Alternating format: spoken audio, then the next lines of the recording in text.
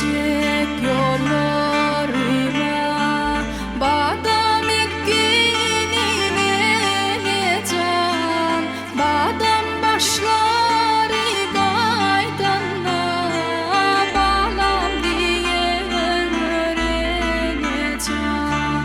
badam başları kaydanla bağlam diye öğreneceğim.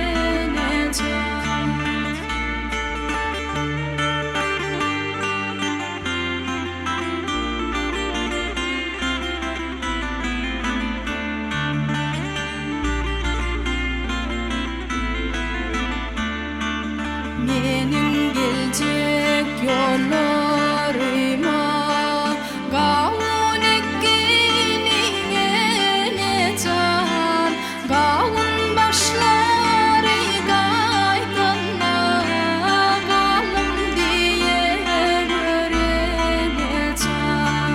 kavun başları kaydanla kalım diye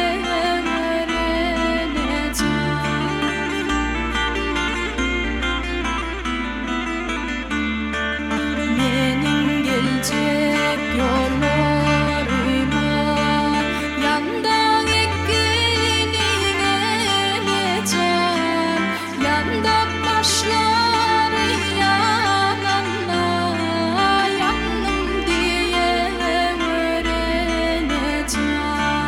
yanda başları yananla yandım diye öğreneceğim.